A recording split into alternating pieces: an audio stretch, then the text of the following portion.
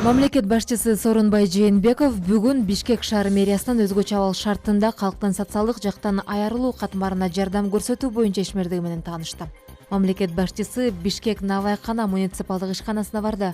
Бул ишкананын базасында Борбор калаанын Октябрь районунда жашаган муктаж жарандар үчүн өкмөт муниципалитет тараптан жана ишкер чөйрө менен эл аралык фонддордон келип түшкөн гуманитардык жардам таңакталып бөлүштүрүлөт. Бишкек шаарынын мэри Азиз Сурахматов бул сыяктуу борборлор шаардын бардык райондарында ачылып, жардамга муктаж 85 000 үй бүлөнүн тизмеси түзүлгөнүн айтты.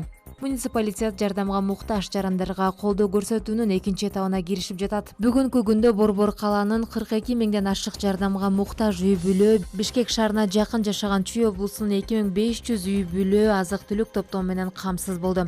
Өкмөт тарабынан 300 тонна ун бөлүндү. Жакынкы мезгилде дагы 300 тонна ун, 90 тонна кум шекер, 30 000 тонна азык-түлүк топтомун бөлүү мерчемделүүдө. Президент эч ким көңүл сыртында калбай тургандыгын, керектүү резервдер бар экендигин дагы бир жолу айтты. Карантин киргенден бери ар аймактын жетекчилиги, шаарлардын жетекчилиги чоң сыноодан өтүп жатат. Мамлекеттик бийлик дагы чоң сыноодон мына өтүп жатабыз. Мына ушундай мезгилде, ушундай катаал мезгилде ким экени билинет. Даана билинет да. Мына биринчи Бишкекте, Борбор шаарыбызда өзгөчө абал киргенден бери биринчи өзгөчө кырдаал кирди. Абдан көп мүчүлүштөр болду. Бирок бара-бара ал мүчүлүштөр жоюлуп, мына азыр ыраты менен иш жүрө баштады. Айрыкча мен ыраазы болгонум ушул абалды туура түшүнүп, жер-жердеги жетекчиликке, айрыкча мына Бишкек шаарында, Ош шаарында элибиз туура түшүнүп, абдан өзүнүн салымын кошуп атат. Мына тартипти кармап, тартипти сактап, мына бул чоң салымда мен ыраазычылык билдирем. Бүгүн Кытайдан Кыргызстанга медициналык кызматкерлердин тобу келди. Бул тууралуу өкмөттүн аппаратынын маалыматтык коопсуздук бөлүмү билдирет. Маалыматка ылайык, Кытай медиктери ата мекендик адистерге коронавирус инфекциясына каршы күрөшүүдө көмөк көрсөтүп, топтолгон тажрыйбасы менен бөлүшөт. Мындан тышкары алар дарыгерлерге оорулууларды дарылоодогу мыкты ыкмаларын үйрөтүшөт. Белгилей кетсек, биздин өлкөгө Кытайдан медициналык эксперттерди жөнөтүү тууралуу макулдашууга 2020 жылдын 14 апрелде президент Сооронбай Жээнбековдун Кытай Республикасынын төрагасы Си Цзиньпин менен телефондук сүйлөшүүсүнүн жүрүшүндө жетишилген. Эске салсак, күн мурун Кыргызстанга Польшадан 8 медицина кызматкери келген.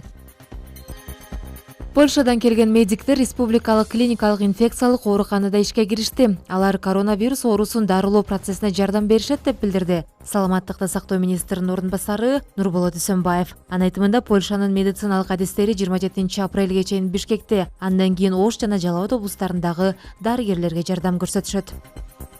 Айыгып чыккан дарыгерлер ишке кайтууда. Бул тууралуу Саламаттыкты сактоо министринин орун басары Нурболот Үсөнбаев брифинг учурунда билдирди. Анын айтымында бүгүнкү күнгө чейин 10 медициналык кызматкер коронавирустан айыгып чыккан. 20 апрелге карата 6 медициналык кызматкер коронавирус жугузуп алган. Жалал Абад облусунда 3, Ош шаарында 1, Нарын облусунда 1, Бишкек шаарында 1 кызматкер. Жалпысынан республика боюнча COVID-19 диагнозу 140 медициналык кызматкерден табылган. Булардын ичинен дарыгерлер 39, фельдшерлер, лабораториялык адистер 58, медайымдар 23 жана башка 20 техникалык кызматтагы айдоочу, АИЦ адистери коронавирус жугузуп алышкан. Кыргыз өкмөтү ооруга чалдыккан медициналык кызматкерлерге 200 000 сом, эгер илдеттен көз жумса 1 миллион сом өлчөмүндө компенсация төлөп берүү тууралуу токтом чыгарган.